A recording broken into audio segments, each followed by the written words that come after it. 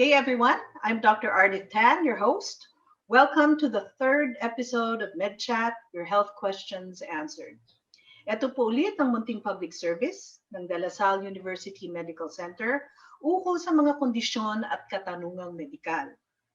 Our aim is to provide you with expert opinion on specific conditions that could be a problem for you, your loved ones, your friends, or people you may know in general. Our topic of discussion today is stress of online classes in children and teenagers. And our highlighted expert is a child, adolescent, and adult psychiatrist. She is currently an associate professor of the De La Salle Medical Health Sciences Institute, College of Medicine, and an active consultant in the Department of Psychiatry at the De La Salle University Medical Center. So please join me in welcoming Dr. Josefina Vazquez-Genuino. Hi, good afternoon. Hello. Dr. Genuino, I'm sure naging napaka-busy ng practice ng mga psychiatrists during this past year. Am I right? Yeah, still the same, more or less. Yeah, the same kasi before. Busy na. Naging mas busy pa na nagkaroon ng pandemic. All right? So stress na yung mga tao before the pandemic. Tapos lalo pang na-stress nung nagkaroon ng enhanced community quarantine or ECQ. Of course, with the quarantine, na-cancel ang face-to-face classes ng mga students. And except for schools that had blended learning, I think for a time, hindi sure ang DepEd paano gagawin yung learning. But there was blended learning. But most private schools actually went full virtual. And they had online distance learning, or kung tawagin ng ibang schools, ODL. Okay? So since we have not had a precedent like this pandemic, at least not in the last 10 years, ngayon lang talaga natin ma-evaluate kung ano ang naging effect ng online classes sa mga kabataan, meaning children, teenagers. Kasi dumaan na yung isang taon at isang taon sila halos na nag-online classes.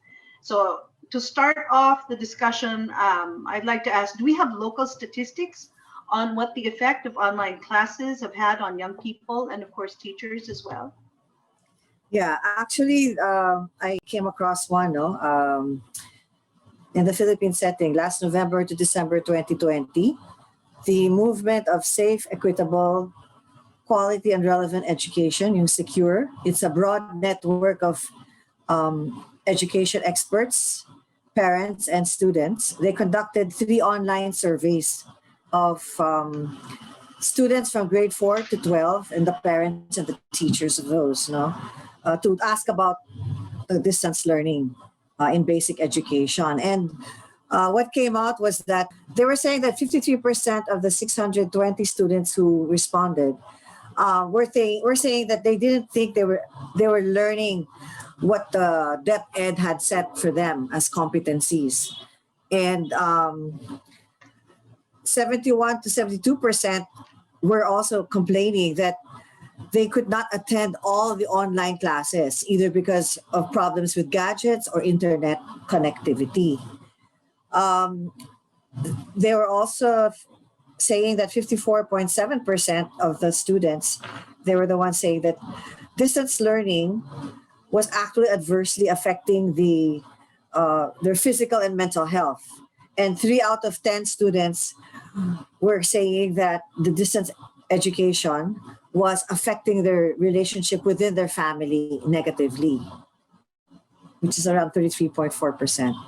And then also, some of the teachers, actually not just 31%, but at varying degrees, almost 56% of the teachers were saying that with varying degrees, the students were having difficulty keeping up with classes. So that's a pretty significant number or percentage. And half of the teachers were actually, in a way, admitting that the modules that they had created were not really self-learning. So I would assume that would mean the students would have difficulty understanding or working on their own with the modules given to them. And that as far as parents were concerned, there were 1,207 parents. They were saying that they were not confident that the children were learning their lessons well. So that's not, 42% lang yun, 42.7% lang. So not the majority. Right? And then as far as this group, no, Spark, Samahan ng Progresibong Kabataan, they were actually monitoring 13 cases of students who had committed suicide because of not being able to accomplish their self-learning modules. And then the Alliance of Concerned Teachers naman said that there was, well, just one teacher in Leyte who had killed herself, I guess related also to, I guess maybe the stress of online teaching. Veritas also in November 2020 found that there were reactions to online classes. They said that 34% felt exhausted with online classes. These are students who were feeling exhausted. 30%, that's like another third, felt anxious. 10% were frustrated, 7% were disappointed, and 6% were sad. So in other words, majority had a lot of negative feelings, and only the 8% determined and 5% happy, which is like 13%, had a positive reaction to online classes. So that's how, I guess, unhappy and anxious most of them were. Dr. Genuino, this was based solely on a survey, right? And yeah, I guess their point of comparison would have been, their point of comparison would have been the pre-pandemic period kung saan nagkakaroon ng face-to-face. Yes. All right. Well, at least yung online learning kasi has given our young people an opportunity na at least pwede silang, they can continue their education. But on the other hand, are there disadvantages to online learning? Did they gather data on disadvantages to online learning? I think the only one I was able to look at was, again, by the group Secure, that 75.6% of the students felt that their study load was much greater, much heavier than pre-pandemic during the face-to-face actual classes.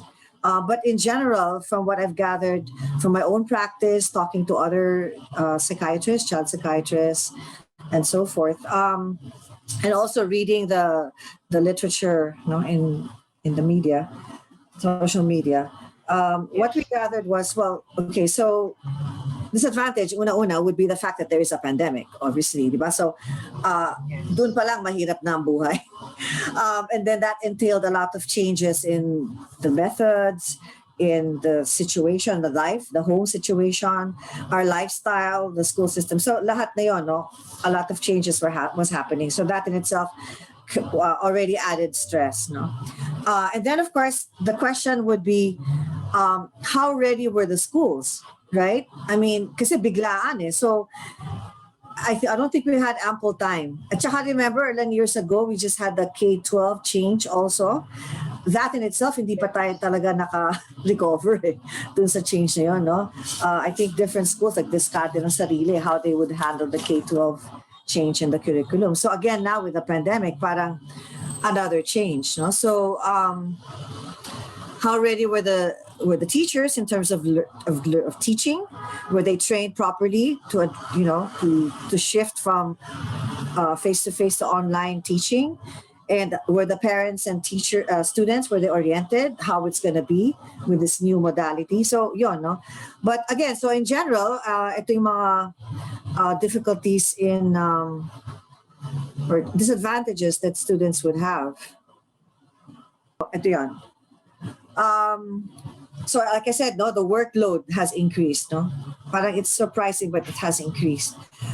So this is what happens, no? Kasi from what I gathered from a lot of teenagers and also from the elementary school kids, that some schools, what they did was just kung ano yung ginagawa nila noon, kunyari 8 to 3 sa class, nasa school yung mga bata, ganoon lang din ang ginawa nila sa online. Parang they just, plugged it in. That's it. Walang change talaga. So nagla-lecture, etc. for like the whole day, like 8 to 3, no? Which is kind of hard because that would mean to say 8 to 3 nandun yung bata every day sa harap ng computer. So kailan siya makakapag-aral o mag-research pa siya online? So para ang haba ng oras niya nasa harap ng computer. So it's really tiring for them, okay? Without us realizing it. So aside from that, for elementary kids, or even high school, I would think they get bored, attention span will diminish, and then also the eye strain, the back pain, na nakaupo ka the whole day, yung ganon. So that in itself, mahirap na, no? And so I guess the teachers might have been unaware of the effect of this prolonged online class on the students, no?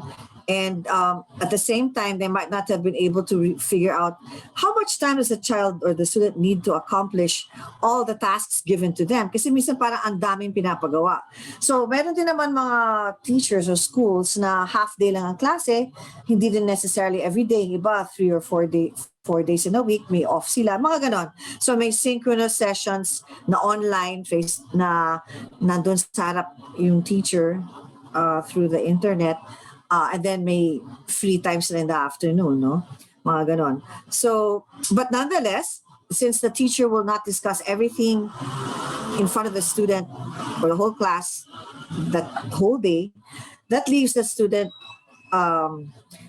time, well, not just to relax, but also that they have to now carry half the burden of learning things on their own, di ba? Parang ganon, and doing a lot of research online. So, minsan mas nahihirapan din. Depende sa capability ng bata yun. Some are independent enough, so kaya nila. Pero iba hindi. Kailangan may guidance lagi. And then I think some of the problems also was that they might not have been coordinating with one another in terms of giving the deadlines for submission of tasks. So minsan sabay-sabay yung mga submissions from different subjects. At isa pa, sometimes exam week na next week, tapos this week they have to submit a lot of projects. So kailan siya mag-aaral for the final exam? Di ba? Parang ganun. Nakakataranta yun sa bata, no? Ma-overwhelm sila. Hindi nila alam kung anong uunahin nila. So yun yung mga difficulties. Although I think that was also something that was present even before this distance learning. So yun. And then I think another one was some of my patients would say that they would have to stay up until late, like 10 p.m., waiting for their teacher to email their tasks or something like that, or homework. So parang, di ba class was only 8 to 3 and office hours are like 9 to 5? So parang, at saka we wanted as parents, you want our kids to sleep by 9 or 10, di ba? Para maaga rin siya magising kinabukasan for the online class or something. And then another set of disadvantage would be that, they have difficulty learning the material on their own. Kasi it really depends, no? Siyempre, in a class, you have different ranges of capabilities, intelligence levels, sipag, diligence, motivation, ibang levels yan. So, not all are at the same level. So that can be difficult for many students, no? And if they want to ask questions, parang kung nandun ka sa actual class, parang raise your hand, ask your teacher agad, and then she can answer you right away, no? Pero ngayon, mag-email sila o baka mag-chat lang and then baka bukas pa bibigay yung sagot or maybe hours later. So, meanwhile, mahirap for the student to go on because hindi niya mag-gets to isang topic na to. How can they move on to the next topic, diba? Or how can they completely learn this topic? Di pa niya alam kung anong sasagot ni teacher dun sa question niya, diba? So, parang ganon. So, yun medyo mahirap yun. So, you may have slow or less than eager or seemingly lazy students that have more difficulty now with the online learning. Tsaka yun, for younger elementary students, you might need, imagine a kindergarten student or grade 1, parang sarap ng computer, and how long can they sustain that attention? So parang you need the parent to be there, making sure the kids sitting down, listening, alam na ba niya yung mga technical aspects of handling the computer and so forth and so on, using the platform. Parang gano'n, you need that parent. And then for the high school students, of course, mas savvy na sila sa internet, etc. But the issue here naman is baka nagsusurf siya kung saan-saan, nanonood ng Netflix habang nandun si teacher, parang gano'n. O baka natutulog, nakahiga sa kama, hindi siya nakikinig talaga, hindi siya nagpa-participate. So parang the parent has to have more participation now, I think. That could be a disadvantage kasi paano si parent na nag-work from home or paano si parent na kailangan siyang pumasok talaga sa office, di ba? At saka gawin pa yung household chores. So parang kaya bang gawin ni parent lahat yun, right? And then of course, distractions in the home, dami. May nagdo-doorbell, nag-ring yung telephone, may tumatawag kay mommy. Ang dami, di ba? May kapatid kang maliit, umiiyak, etc. Ang daming distractions. O baka may parent na uutusan ka, di niya alam, may online ka pala, yung ganon. So medyo magulo talaga. O yung aso mo tumatahol, etc. And of course, the expense that's there, no? Kasi nga, if we're talking about public school students, by the way, the survey kanina was on public school, from grade 4 to 12. So, and if you have like more than one child, ano yan, tigisang gadget, mabuti kung kaya mong i-afford yan, right? And then yung internet connectivity, lahat ba may internet? Tsaka ano ba yan? Stable ba siya? Pocket wifi lang ba? Di ba? Parang ganon. And yun nga, if they have to share, mahirap yun, no? I think there was a statistic on that also that 20% of the students that were in that survey of Secure had to share gadgets. So medyo mahirap yun, right? Ito yung pinaka-importante and I think has the most impact, negative impact on the students. Yung they felt isolated. Somehow I guess we didn't realize, so as a teacher, we didn't realize they like to see us pala. So, yung direct interaction, agad-agad may feedback na from teacher or masagot na yung mga tanong mo. And aside from that, of course, no, the isolation from your peers. Kasi kung di ka makatanong kay teacher, pwede ka magtanong sa kaklase. Di ba? Yung magaling na estudyante, lalapit ka sa kanya. Ngayon, mas mahirap no? Hindi ka agad-agad makapag-interact and communicate. At least not online classes going on. Although pwede siguro mag-chat, pero very distracting din yun, di ba? So they felt isolated. Getting help from their teachers and peers about the information about school, but also I guess the social support mismo, yung chika, di ba? During recess, tapos passing notes while teachers talking, yung mga ganon, yung kasayahan din ng klase kapag nandun ka. Oo. Socialization. The socialization part, no, nawawala. And then a lot of them were saying that they do feel anxious and depressed, and then also had difficulty concentrating, loss of interest and motivation. No? Kasi nga, somehow the lack of interaction with teachers and peers just didn't feel the same and just didn't motivate them enough. So I guess what I'm also saying is that learning is in a relationship. You learn in the context of a relationship. Parang ganon. Parang may social relationship that has to happen, and that can either inspire them to study more or demotivate them.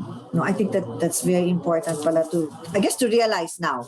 Well, with all the disadvantages, were there any advantages to online classes? Because really, we were put in a situation where we didn't have much choice if we wanted our kids to continue having an education.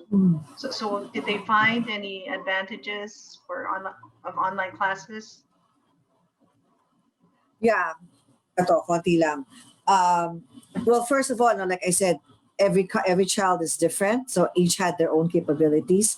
I guess some kids would thrive with the online, but parang minority lang yon.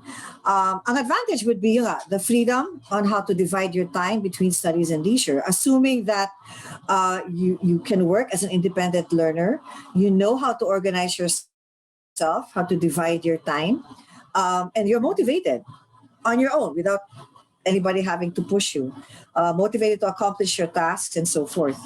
And able to cope with the requirements.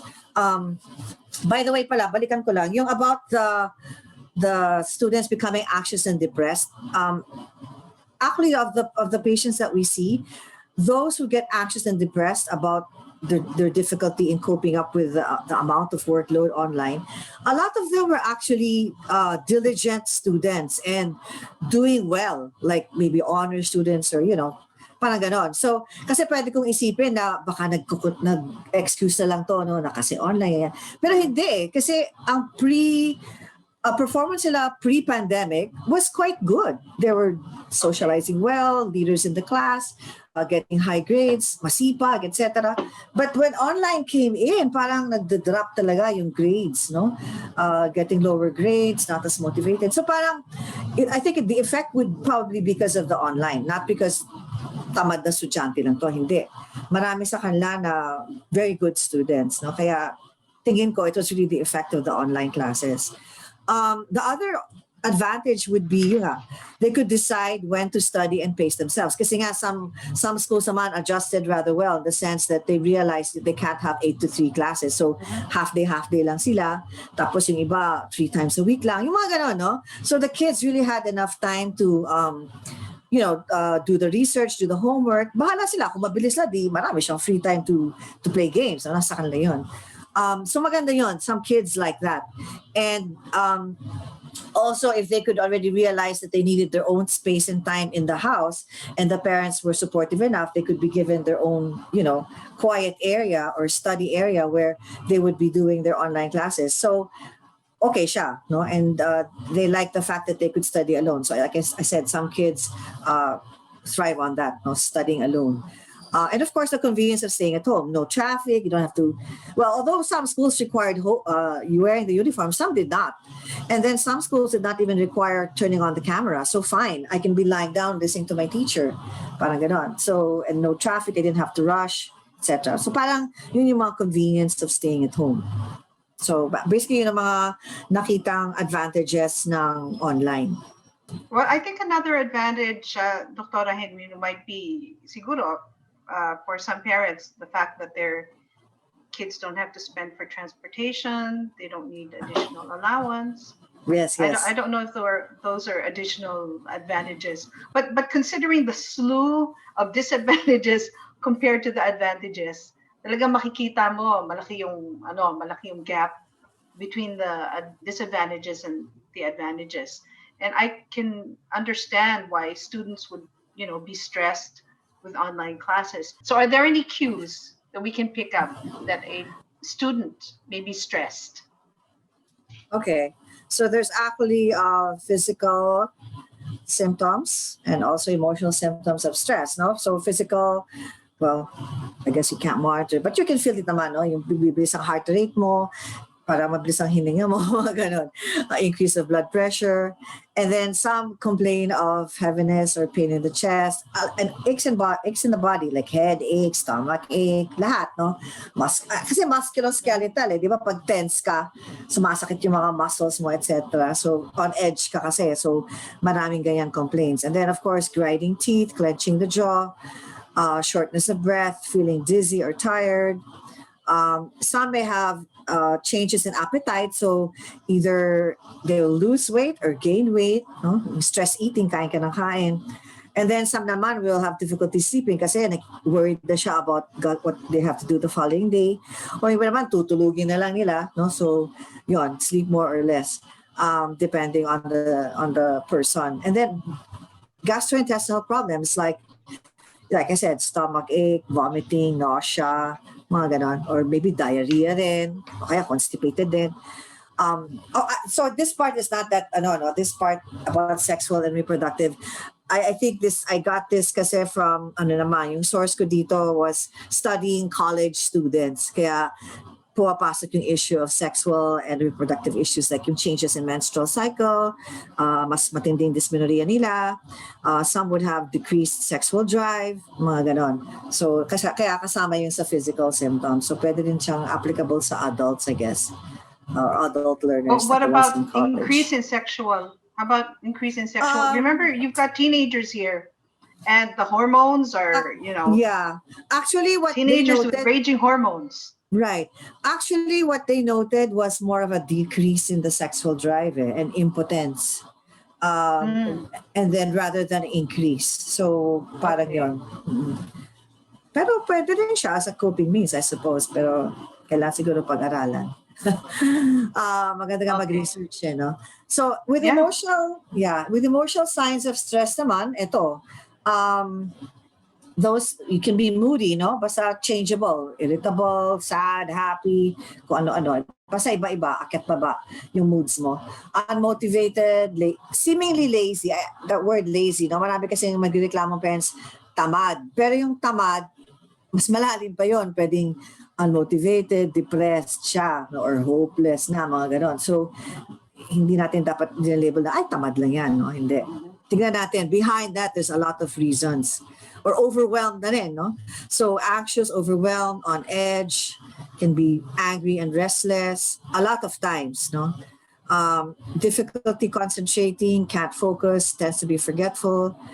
They can't fulfill their responsibilities because they're worrying too much, dami ng iniisip. And then there also can be indecisive and has difficulty solving problems. So yung thinking capabilities mo, para hindi rin ganun ka-quick or creative or flexible. No? Parang ganun yung nangyari. So emotional and mental symptoms of stress din yan. Okay? Na parang consistently so. No? That would mean medyo stress ka na rin. Okay? So not just yung paminsan-minsan lang, pero parang mas consistently so. Okay, and because most these kids are at home, kasi online classes sila eh. Especially the emotional part, would it be easier to pick it up because they're based at home? Well, ideally, yeah, it could be picked up if the parents are more observant of their children, I suppose. That would depend on how psychologically minded the parents are, how busy or not busy they are, so that they could notice this. Because parents would have to be busy also, no, because of the work from home and also household chores, and then attending to the children. So depended in yon. And by the way, because of these stress that you experience, it's possible that the child may become either isolated or socially withdrawn, both from the family and of course from their peers. Because some of the patients that I met with online, was that kasi you would think, di ba, dati kasi mga bata talagang online lagi, di ba, playing games. Yes. Pero somehow, bakit parang nung nag-online classes, ang nangyari, yung iba, nag-isolate. Parang they wouldn't really reach out through chat or join their chat group. Parang nag-isolate sila, nakamukha lang sa kwarto, yung gano'n, either manood lang ng Netflix or nagsisurf lang sa mga whatever, no, internet and so forth, but not really reaching out to their previous friends. Diba? Parang gano'n, nag-isolate sila. And of course, from their family, they didn't really interact much kahit nandun sa bahay sama-sama, no? Pero hindi nag-open up or hindi nagsasabi kung anong naramdaman. So may ganon. And I think there are also some, again, pwedeng sa mga older adolescents and adult learners, like the ones in college, that who would have gone through, pupunta sa smoking, drinking more alcoholic beverages, and possibly taking drugs. Alam mo, kahit naka-lockdown, meron pa yung access They'll find a way. Yes, alcohol and drugs, Exactly. illicit drugs. I don't know how, but they're able to do it. No? So parang doon pupunta yung mga ways of relieving their stress on their own through that. So yun. Okay. So kung halimbawa, na-notice yung mga signs of the stressors or stress-related manifestations, whether it be physical or emotional, how can they in a practical sense, how can they handle the stress? Do you have recommendations for them handling the stress? How to handle stress with online classes would be of course, first is to find a quiet place to work during your online class. No, so this is something that you would have to ask your parents to help you out with. No, a quiet area na hindi ka ma-disturb, and let them know that you have online classes para hindi ka kakatukin or uutusan or whatever. And then of course you have to get organized and stay organized. Meaning to say, physically yung area mo clear siya, di ba? Walang maraming distractions sa'yo, walang TV or something like that. Dapat yung notebooks mo naka-ready, yung gano'n ba, your gadget is there and so forth. Keep your desk neat, okay? Free from clutter, organize your textbooks, your notebooks, etc. Make sure your internet connection is good, no? Stable. Have your required books and material on hand. Yung madali lang, no? Hindi ka kailangan tumayo from your seat. And I guess you also have to have some effective time management strategies, no? Ikaw bahala. So beginning of the quarter, beginning of the semester, ayusin mo na. I'm assuming teachers would give the syllabus so you would know how the semester will unfold, di ba? Kailan mga quiz, mga tests, mga project deadlines, papers, etc. Alamin mo na para ma-map out mo how you will divide your time and pace yourself accordingly kung anong kaya mo. Diba? Kasi you have to consider other activities, no? Yung mga requirement ng family, mga eating together for dinner, Sunday, kung ano man, kung may nag-attend kayo online mass or kung ano man, no? So, kailangan mo i-organize ng sarili mo in that sense. And it's up to you how you will do that, how you'll schedule it, right? And also make sure that you get in touch or keep in touch with teachers regularly. So if you have questions, you can easily ask them to clarify certain issues for you about the topic. Okay. Also get connections with your fellow classmates. So I think the difficulty here would be, or what teachers can do is, try to give opportunities for the students to either get to know each other, but they don't feel that isolated, and that they have a chat group of some kind so they can get in touch with each other if they want to ask questions. What's the assignment? Anong sabi ni teacher? Anong sabi niya ulit? Mga ganon, di ba? Mga ganon. And then I guess in a way the teachers have to be a little bit more accessible to students and the parents as well. But maybe just limit the time, no? Hindi naman anytime, 24/7. Hindi naman. Parang kailangan siguro within office hours, Monday to Friday, 8 to 5. Mga ganon, okay? Para hindi naman ma-stress si teacher. Kasi naging mabigat din sa teachers to eh. Oh yeah, definitely. Very, they have to prepare and then etc. And then of course the student could actively participate, so para mas kikilala siya and to interact more and ask questions if they can. The teacher allows that during the online class, synchronous sessions. And then if they need to also get some technical support, I suppose they have to ask about this and get it through their school. Ito naman is how to handle stress in general. So whether we are online or what, kahit kanino, this can be applied, no? Like having time for relaxation.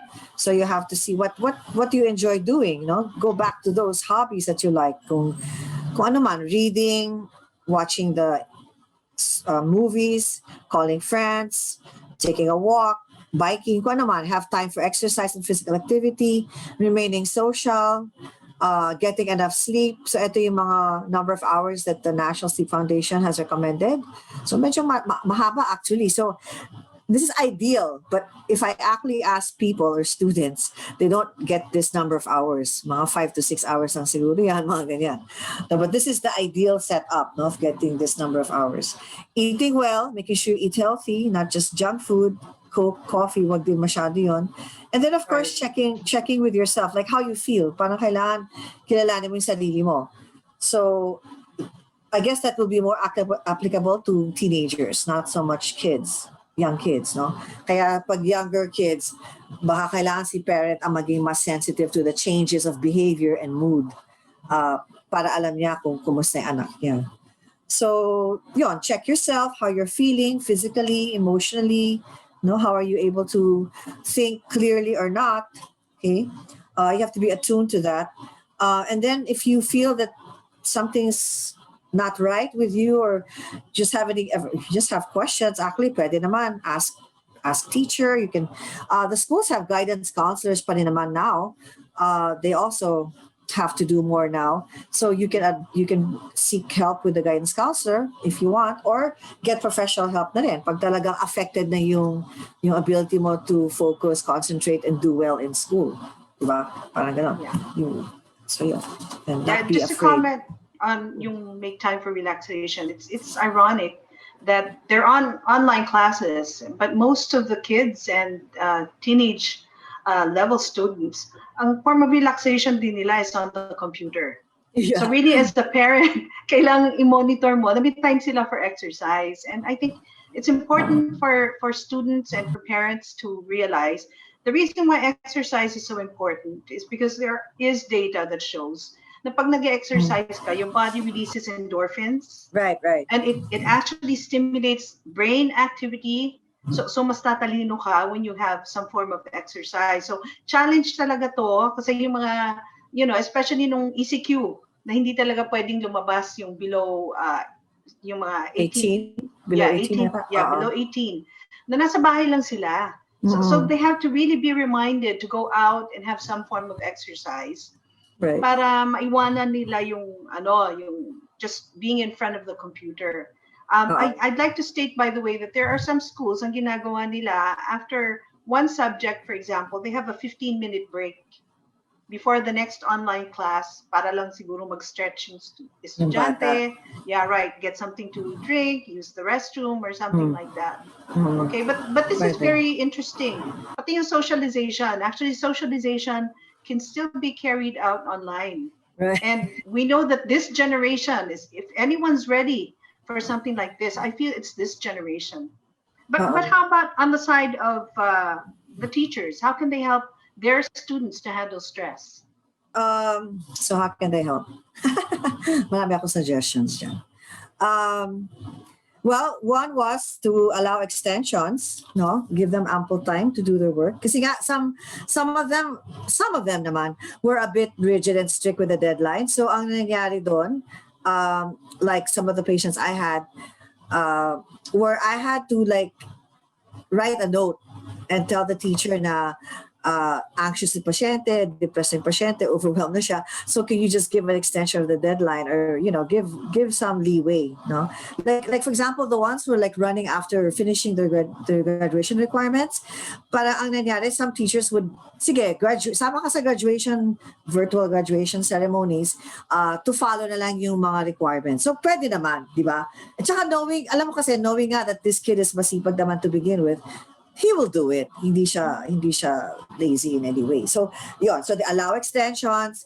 Of course, like I said earlier, coordinate with all the other subject teachers to make sure na hindi sabay-sabay mga deadlines, no? Para hindi ma-overwhelm yung mga bata. And then make sure that the deadline for projects and papers, sana after exams na lang siguro, para mag-aral muna yung bata for their finals or exams, and then they'll do their projects, yun. And then if they could also communicate with students, during office hours lang, vice versa to. Teachers to students, students to teachers, or parents to teachers. Monday to Friday, 8 to 5, ganun lang. Otherwise, wait na lang, di ba? Wag naman sa weekend, wag naman gabing-gabi na. And then I think I suggest also, talagang hindi dapat yung 8 to 3 classes. Kailangan talaga mga tipong half day lang. Okay? Super. Or synchronous. For synchronous classes. For synchronous, yes. For synchronous, yung online sabay with the teacher in front of you na kailangan mag-log in ka. So, yeah, synchronous. And then minimize the content to what the student must know. Essential na lang. Kasi I guess this is also as a teacher in med school, di ba? We had to really trim down our lectures before we recorded it. Ito, minimize to what is really must know, and then the rest, they can just research on it or extra credit or whatever. And then, of course, especially for the elementary school teachers, you've got to be super creative, have a variety of techniques and activities for them. Para the interest will continue to be there and the willingness to participate will be there, di ba? The learning can also still be fun. Ganon. And then support from the parents. Should also be there, or they should support parents by modifying activities. So hindi laging synchronous. Okay? And hindi laging kailangan si parent nandoon nakabantay sa bata. Kasi otherwise, si parent teacher na rin siya. And also, I think teachers have to realize how they need to adapt the requirements that they give to students depending on the needs, the grade level, the age, the ability of them to focus and pay attention to the synchronous class, yung ganon. Kaya kailangan talagang iba-iba Iba-ibang variety, iba-ibang teaching methods na gagamitin mo.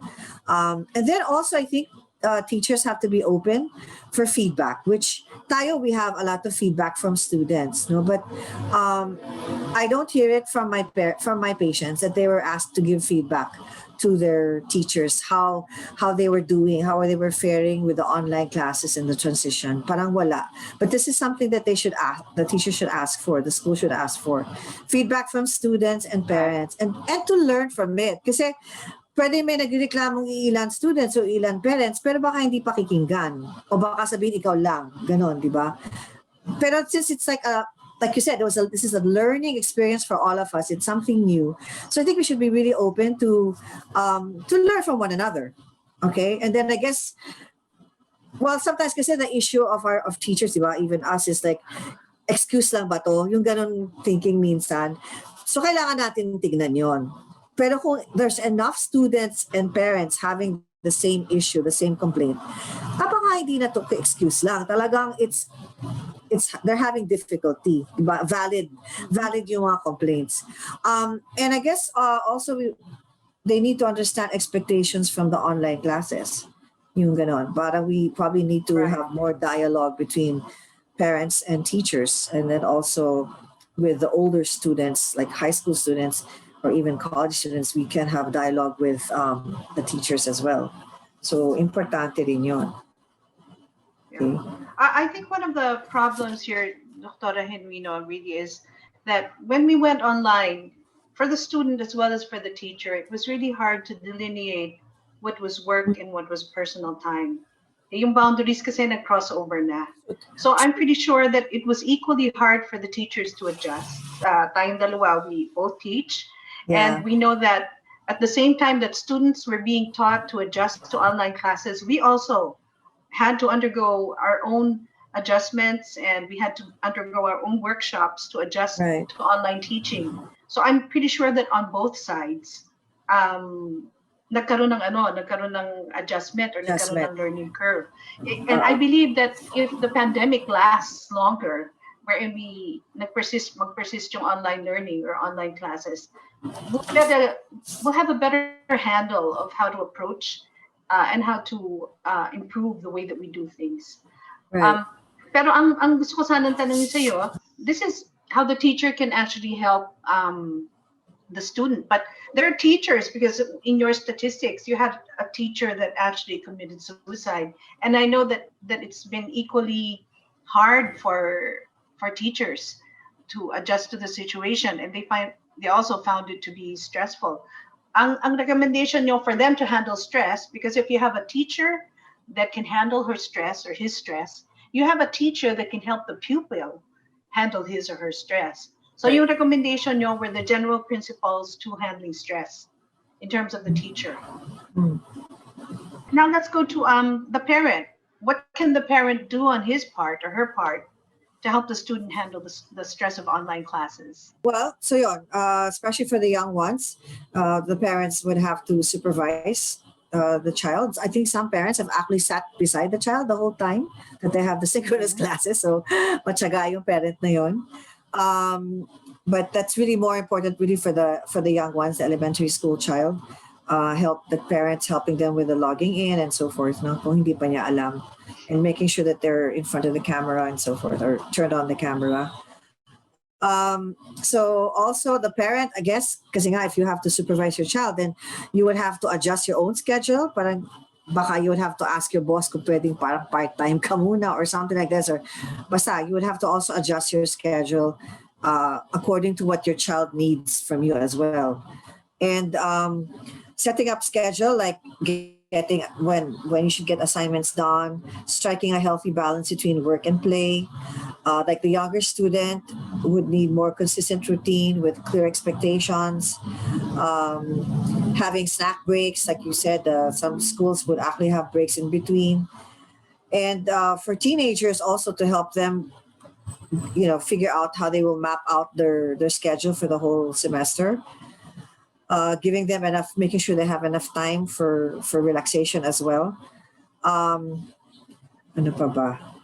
Allowing them also to learn playfully in a way that you can be creative, no? Kung anong inaral na sa class nila, they can do it in their home. No? Some of the examples that I read were depende kasi sa curriculum ng bata, but setting up a cafe in the kitchen, writing their dream menu, mga ganon, or doing a magic show with regards to science class or something like that.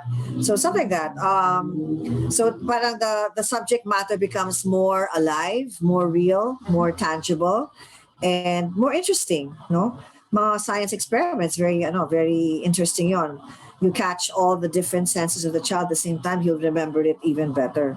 no, because he actually did something with this particular lesson. Giving your child enough time also, and yourself as a parent, a break, no? As in a break. I think in terms of break and relaxation, maganda rin to veer away from the internet or computer as a form of relaxation para maiba naman, di ba? Yeah. I mean, pwedeng doon ka sa harap ng bahay, kung may small garden, small patio, small balcony, parang kahit ganun man lang, di ba? Or sa garahe, parang just to get some fresh air ba? Ang sabihin natin, and some sunshine, mga ganon. Para lang maiba, no? Hindi laging sa internet.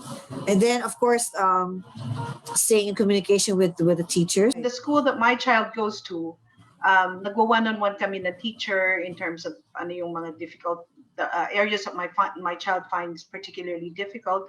We set up an appointment when their grades are about to be, when they release yung report cards nila. Report card. Yeah, which are also given to us via email. And then nagsiset kami ng appointment with the teacher for about maybe 10-15 minutes just to find out how my child is performing. And and I think it's also very important that the teachers feel that parents support yung teacher. So anyway, this checklist is parang parang just to help you organize kung ano mga kailangan mong gawin, tapos check kung nagawa na, yung ganun lang. Of all the tasks that the child had to do, kung natapos siya lahat, parang ganon. And in a way, the child and the parent can see how the child is progressing. And of course, the child, pag nakita mo, dami ko ng check, di ba? Okay na ako, parang ganon. So you also feel good about your accomplishments. And it's important then for parents to give immediate feedback, and then of course give them a reward of some kind at the end of having accomplished all their tasks. And then the other would be just to model hard work and persistence on the part of the parents. So parang role modeling for the child na magtiyaga ka lang, magigets natin lahat to, di ba? Matatapos ang lahat. Oh. Yeah, Dr. Genuino, I think that's one thing that sometimes we parents forget is to teach our children that life is also full of problems, but they can overcome it. Yeah. Kasi I don't know, maybe our generation just had it so hard, so we tried to make it much easier for the younger generation, and so they lost the coping mechanism to handle stress. And maybe that's something that this time is just to remind them that this is reality, this is life, but you'll be okay. It's okay not to be okay. When you said about nakikita ko yan a lot of parents who had a difficult childhood or were not so rich, etc. Talagang masipag, they had to strive hard. Ang nangyari, once they are able to afford, better conveniences and spoil their kids a little bit more, they actually do spoil them a little too much to the point where wala na yung drive sa bata. Diba? Right. Pag lahat binibigay mo na sa kanya materially and making it easy for them, it doesn't help the child at all, really. Right. For me, spoiling the child is really a no-no kasi at saka isa pa, spoiled children are ungrateful. Parang kulang.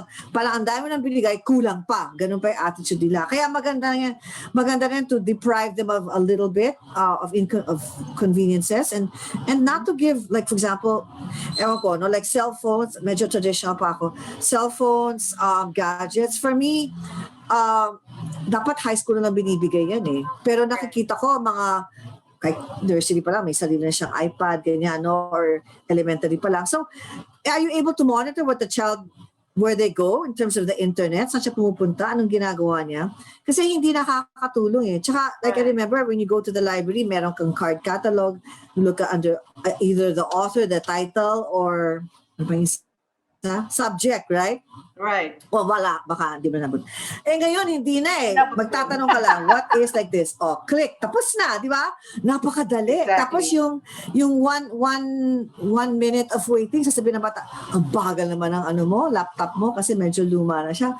1 minute of waiting lang, di ba? Parang, okay, parang kailangan instant na agad. So, what I'm saying is it's really, I think you're right. You have, as a parent, we shouldn't really want them to have it easy. Right.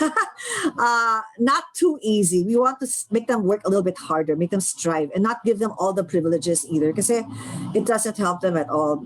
talagang nothing beats doing household chores, reading Right. books. Reading books, di ba? An actual physical book, not e-book, di ba? Parang ganun. I think that's still, parang some of the old ways, I think it'd still be okay. Hindi lahat electronic, hindi lahat internet. Oo, di ba? And like you said about the endorphins, it actually makes you happy pala. Happy din. Happy hormones yan, di ba? Yung physical exercise. Yes. And also, I think it's important to inculcate in our children an attitude of gratitude. I think that might be one way for them to help them cope with the stress, is to realize na kahit ano pa mang stress ang pinagdadaanan mo, you're still very, very fortunate that you can actually have online classes. Because there's so many kids out there that they would like to have online classes, but it's just impossible for them to have that. Tsaka if you think of it, the pandemic came during this time na may internet na tayo. So kahit nasa bahay tayo, ang dami natin magagawa. Exactly. Ang daming entertainment. Okay. And just one last thing. Kailan, anong cue natin para malaman ng student or ng parent that a particular student needs to seek professional help? And that means going to you guys, the experts, kayong mga specialista. When should we seek professional help? No. Well, number one, kapag nandun na sa point na the work or school performance is deteriorating, like the grades are going down. Like dati, she was an honor student and bumababa na. Dati, very active in school, participative, and interactive at home and so forth. Tapos medyo nagsasocially withdrawn na siya sa bahay, gano'n, tahimik, nasa kwarto lang lagi, mga gano'n. If there are also any eating or sleeping habits that have changed, either eating too much, not enough, sleeping habits also. If they have a lot of physical somatic complaints, that would be a indicator na medyo stress talaga yung batang to. If they have a lot of irrational fears, anxiety about whatever, another typhoon, kung ano man, basta wala pa nga, nag-iisip na siya, nag-worry na yung bata. O pwede rin maging connected sa COVID. Baka magkasakit si mommy, takot siya. Baka pag lumabas si mommy, takot siya. Baka magka-COVID, baka mamamatay, hindi na makabalik. Yung mga ganon, no? Which is also a bit realistic. So, but still, to the point where it affects them na, their ability to concentrate and so forth, that would probably be, indicative of some need to seek professional help. Unable to fulfill their daily responsibilities at school, for household chores, socially withdrawn, I said that. And then mood or behavioral changes, basta anything different, no? From biting nails too much, pulling the hair, mga ganon. Using of alcoholic beverages, drugs, tobacco. That's for the older kids, I hope, not for the younger kids. And then, of course, ito, kahit mga young ones, so kahit elementary, may mga ganun nag-iisip na gusto mamatay, na overwhelmed na siya. And some have actually attempted to hurt themselves, no? So if that's present, definitely you would need to have that child seen. Okay, so kung self-destructive siya. Dinabi ko na yun sa audience, yung somatic, yung physical complaints, pwedeng nagre-reklamo sila masakit ng ulo all the time or masakit ng tiyan. Okay? Yung mga hindi nyo ma-explain na reklamo, yun yung mga physical or somatic complaints. At saka pala, tama. So with regards to physical complaints, syempre, unang gagawin ng parent is patitingin sa pediatrician, for example, right? At kapag nakita na siya online or face-to-face, and then if they do laboratory workups, tapos lahat normal, and yet the child continues to complain of this ache or pain in the body, no? Or whatever it is, nausea, vomiting, kung ano man, then you might have to consider psychological causes, no? So, wag din natin isipin na guni-guni lang niya yan or kunwari lang. Hindi. I'm sure the child really feels the pain or that discomfort. It's just that the reason for it is not something, physical or organic, but something psychological or emotional. Kasi ganun yun, di ba? Any strong emotion can come out into a physical feeling. Diba? If you're very stressed, headache, diba? Stomach ache, gano'n. So, connected naman diba? Ang tao connected mentally, physically, spiritually, right? And emotionally. So, you have problems in the emotional part or the spiritual part, lalabas siya into something physical or vice versa. Diba? Parang gano'n yun. So connected lahat yun. Okay. itong mga seeking professional help, kung wala naman sleep or appetite change, hindi naman gumagamit ng alcoholic beverages or drugs. Kasi yung sleep and appetite change, use of alcoholic beverages or substances, persistent suicidal ideations, and especially kung mayroon sa actual attempt, that I would think you would have to see a psychiatrist na talaga. But the rest, pwedeng, kunyari, physical complaints, syempre pwede muna yun. Right? But the rest, pwedeng psychologist din. Okay? So yon. Pero kasi pag may sleep or appetite change na siya, most likely we might have to give medications on the part of the psychiatrist. So, and of course, suicide is something we don't want to just, like ignore. We always have to be on guard, no? Preventive yan eh. So, and it can be prevented. So, doktora, sa psychiatry in particular, paano pwede mag-set up ng appointment ng mga nangangailangan ng magkonsulta sa psychiatrist? So for setting of appointments, if you need to see a psychiatrist sa Lasal, Cavite, you can go to the Facebook pages. No? So for private patients, ito yon, https, etc., then hcysp.cinilc. Tapos so it's clinic.psych, baliktad. Kabaliktad ng clinic.psych. Baliktad. And then for the service patients, of course, online din kami. So ito yung link sa Facebook. Again, by appointment din yan. So pag service, wala bayad yon. Okay. Well, I'd like our audience to pay particular attention. Kung gusto nyo, screenshot nyo to para hindi nyo makalimutan kung ano yung Facebook page for setting up an appointment, both for private as well as service or charity patients. Okay? So, Dr. Genuino, thank you very much. I'm sure marami tayong mga students, parents, even teachers who picked up useful and important cues and information from our discussion today. I'd also like to invite everyone again to follow our official De La Salle University Medical Center Facebook page. And please like and follow it, as well as visit our website, which is www.dlshsi.edu.ph/DLSUMC. I'd like to repeat that. That's www.dlshsi.edu.ph/DLSUMC. Also, please feel free to visit the DLSUMC YouTube channel para sa kadagdagang advisories and updates on the De La Salle UMC services. Again, I'd like to remind everyone, we're here to help you know more about what you need to know as we help you in nurturing your health, and in this particular episode, in nurturing your mental health. So mga kababayan, ito po ulit si Dr. Ardith Tan for MedChat, your health questions answered. And to all of you going through some kind of stress, I'd like to leave you this quote from Helen Keller, as she's a world-renowned American author and educator who was the first blind and deaf woman, by the way, to graduate from college in the United States. She said, although the world is full of suffering, it is also full of the overcoming of it. Until the next episode, reminding you to follow minimum health standards, even if you've been vaccinated, and until we can achieve herd immunity. So reminding everyone, wear your face mask and shield, practice frequent hand hygiene, and social distancing. We care about you, so please care about yourself. Stay safe, everyone. Bye-bye.